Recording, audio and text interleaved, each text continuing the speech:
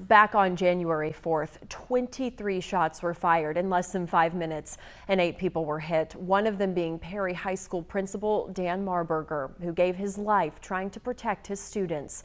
Now the investigation into the deadly school shooting is officially closed, and this morning law enforcement held a news conference to discuss the findings of the school shooting investigation. WHO 13's Roger Riley was there and he joins us now live with the details. Roger.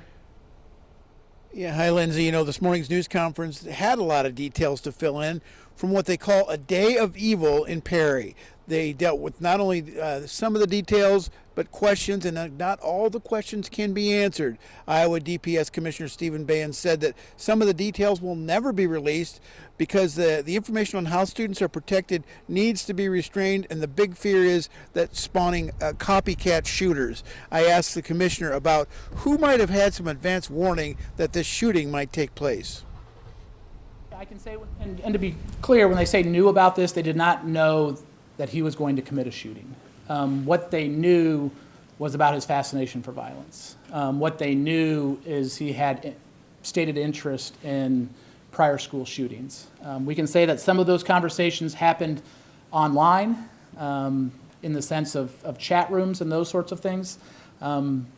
We were able to use some of our federal partners to make interviews and contact with those individuals that were in those chat rooms in other states. I mean, the common reoccurring theme was, in retrospect, in hindsight, I should have said something. Investigators also traced the gun used in this shooting. It originally was sold 20 years ago. They trace it, a few of the owners, but not up to the present point. Now, at this point, there are no charges that have been filed, and the investigation has concluded. Lindsay. All right, Roger, and as you mentioned, there are so many questions that will never truly have answers. Thank you for that report.